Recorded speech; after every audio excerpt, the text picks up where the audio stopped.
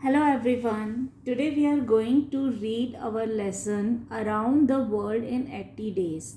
This is the second section of our unit On the Go. Jules Verne was a French writer who wrote many books on adventure, travel, exploration and science fiction. In 1873, he wrote an exciting book called Around the World in 80 Days. The book describes the adventures of a gentleman named Mr. Phileas Fogg and his servant Passepartout, who set off on a journey around the world because Fogg placed a bet with his friends that he could do it in 80 days. Characters: Narrator Phileas Fogg, Jean Passepartout, a servant, Mr. Fix, a detective, and friends of Phileas Fogg who are Andrew Stuart, John Sullivan, Samuel Fallentin, Thomas Flanagan, and Gauthier Ralph. Scene 1. Spotlight on the left front of the stage in front of the curtain. A man dressed in a suit sitting in a chair looking at an old fashioned watch on a chain. Narrator: Mr. Phileas Fogg was an English gentleman who lived by himself in Savile Row in London. He was not married and seemed to have no relatives. Though he did not hold a regular job, he seemed to be quite rich. He went to his club, the Reform Club, every day without fail, but did not go around town too much. Even his friends did not know much about him, except that he was a man with an orderly mind and regular habits who lived by the clock. He did the same things every day at the same time to the minute. Today is 2 October 1872. Mr. Fogg has just dismissed his previous servant because he brought in water for shaving that was 2 degrees colder than it could have been. A man enters from the left and approaches Mr. Fogg. Mr. Fogg: Have you come about the job? The man: Yes, sir. My name is Jean Passepartout. Mr. Fogg: Well, I hope you can stick to time. I get up every morning at 8 o'clock. I want my tea and toast at exactly 23 minutes past 8. You shall bring in my shaving water at 37 minutes past 9 at 84 degrees Fahrenheit. I have my bath and dress at 20 to 10. I leave the house exactly at half past 11 for the Reform Club. I have my meals at the club and come back home at midnight. This is my invariable routine every day. I will tolerate no change or delay in anything. What is the time now?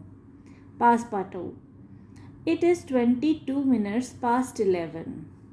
Mr. Fogg: You are 4 minutes too slow, but it does not matter. Then from this moment, 26 minutes after 11 a.m., Wednesday 2 October 1872, you are in my service. I am going to the Reform Club now and will be back at midnight. Please look at the instructions in the pantry and follow them. Narrator: After engaging Passepartout, Phileas Fogg reached the Reform Club and went at once to the dining room, where he took his usual table.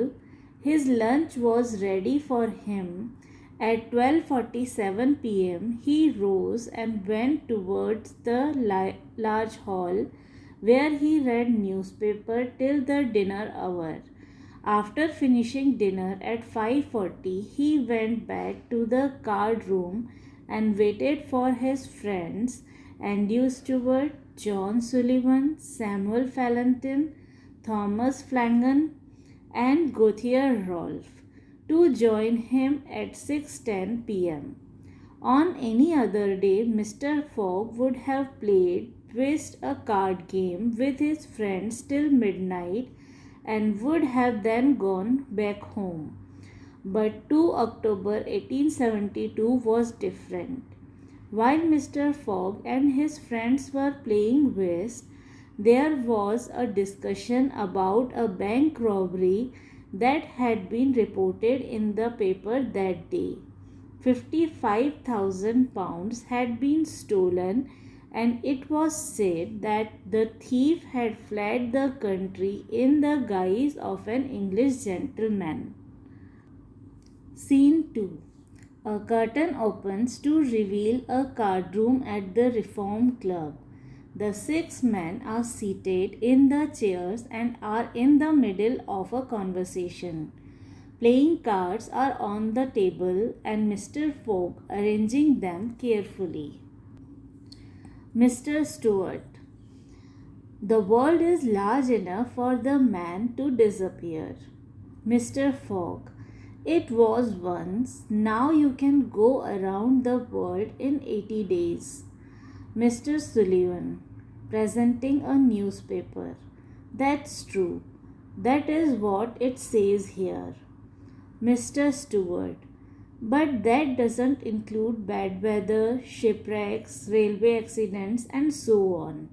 I'm willing to bet £2,000 that it cannot be done. All included, I would like to see you do it in 80 days. Mr. Fogg, I will bet £20,000 against anyone who wishes that I will make the tour of the world in 80 days or less. Do you accept? The others consult briefly, then all 5 together speak. We accept. Mr. Fogg, writing out a check. Good. The train leaves for Dover at 8:45 p.m. I will take it. As today is Wednesday 2 October, I shall be due here on Saturday 21 December at 8:45 p.m. or else this cheque of £20,000 will belong to you gentlemen. The curtain is drawn. Narrator speaks as Mr. Fogg and Passepartout mime the actions of the narration. Meeting, speaking, packing, and leaving. In front of the curtain, left stage. Narrator. Saying this, Mr. Fogg hurried back home. It was 7:25 p.m. by his watch. On reaching home, Mr. Fogg informed Passepartout that they would leave home in 10 minutes. He ordered him to pack a carpet bag. By 8 p.m. the packing was done and the men left for the station. At 8:40 p.m. they were seated in their first-class carriage to Paris, and 5 minutes later the train slowly glided out of the station. So at 8:45 p.m. on Wednesday 2 October 1872, Mr. Fogg and Passepartout departed from London. The narrator continues as Mr. Fogg and Passepartout walk across the stage left to right. A man with a small notebook comes out from the left and follows them across the stage, making notes all the while. Scene 3. Narrator.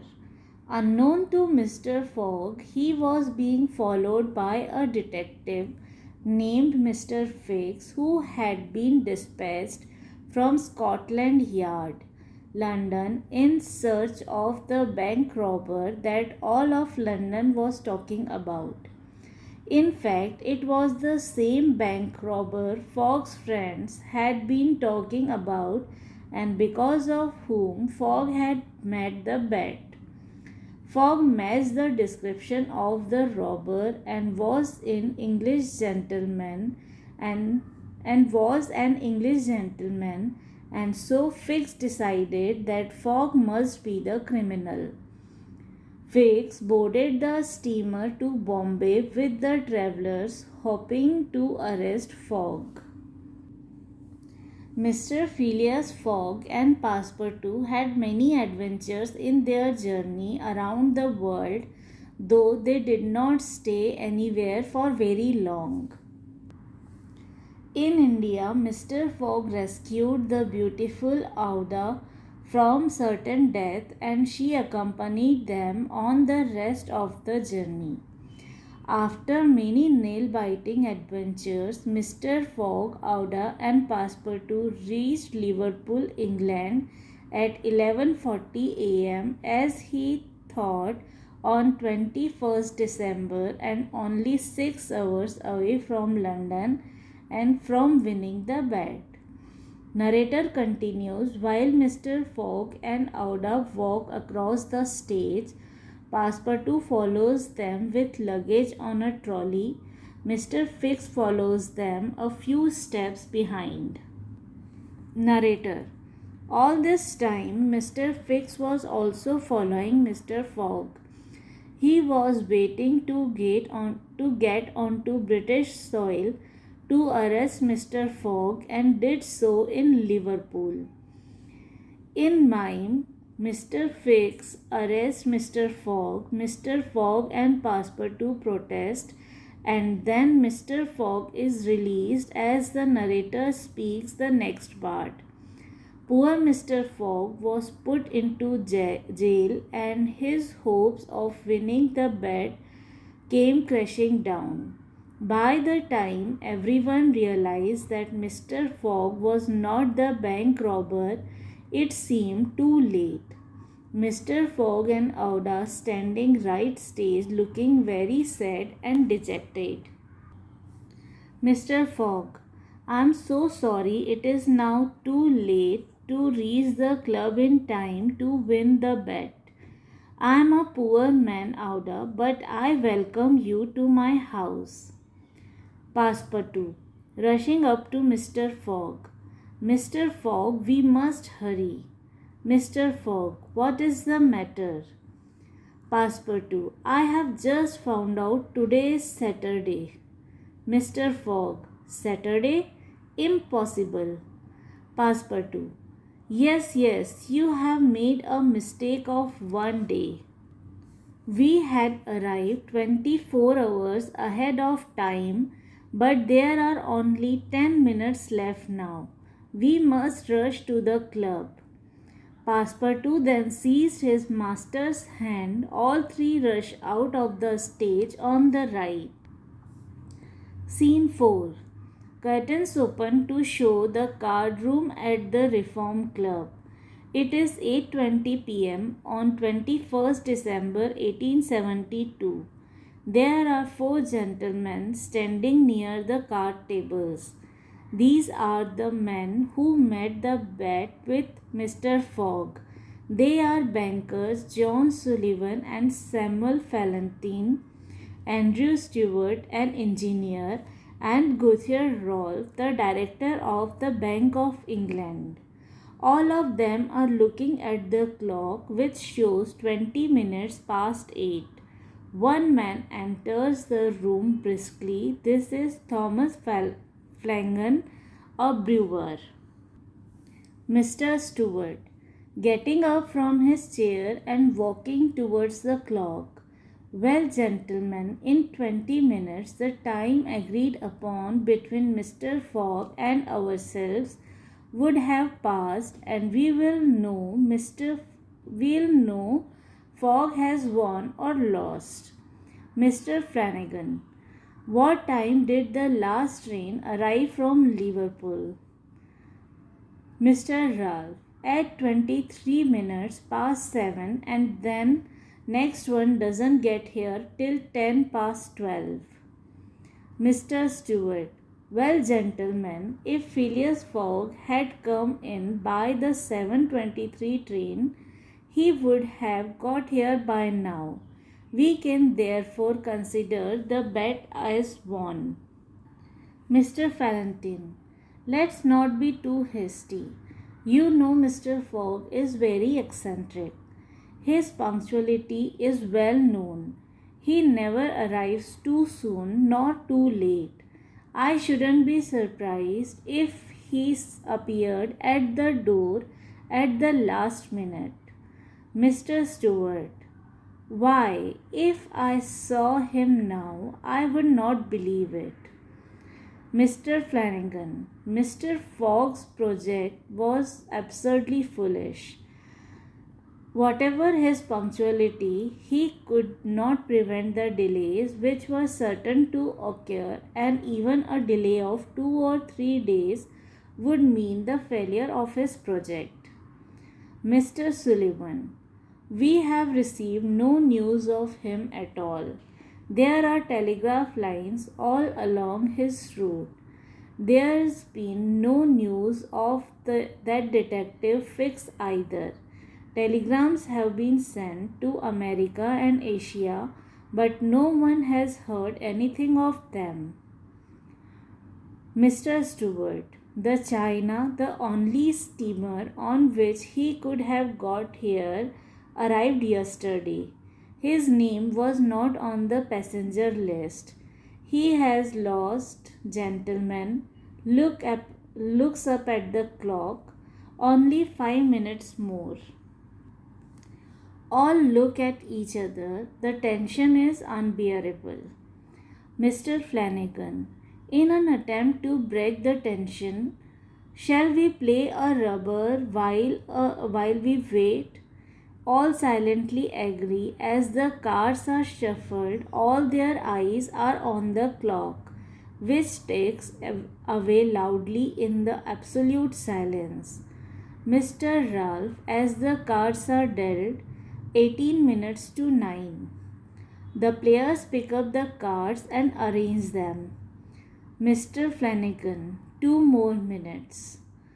There is total silence in the room except for the ticking of the clock and the muffled sound of the crowd from outside.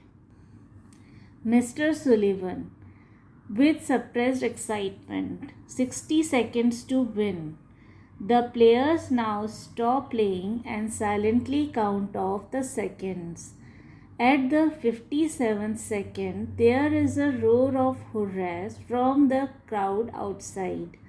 The players rise to their feet, and almost immediately the door to the saloon opens and Mr. Phileas Fogg appears, followed by a crowd of people.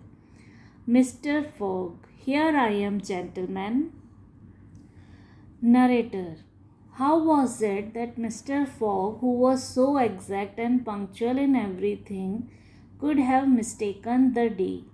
How did he think that he had arrived in London on Saturday, the 21st day of December, when it was really Friday, the 20th, only the 79th day from his departure? The cause of the error is very simple. Phileas Fogg had, without realizing it, gained 1 day on his journey because he had constantly travelled eastward. In journeying eastward, he had gone towards the sun and therefore gained 4 minutes for every degree of longitude he crossed in this direction.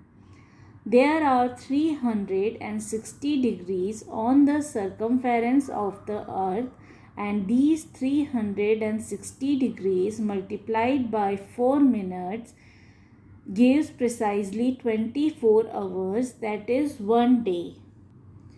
Phileas Fogg had completed the journey around the world in 80 days and had won his bet of £20,000. This was the reading of our lesson Around the World in 80 Days. If you have any doubt or query, you can ask me in the comment section below. Also, don't forget to check the description box for links to the other chapters. Thank you, everyone.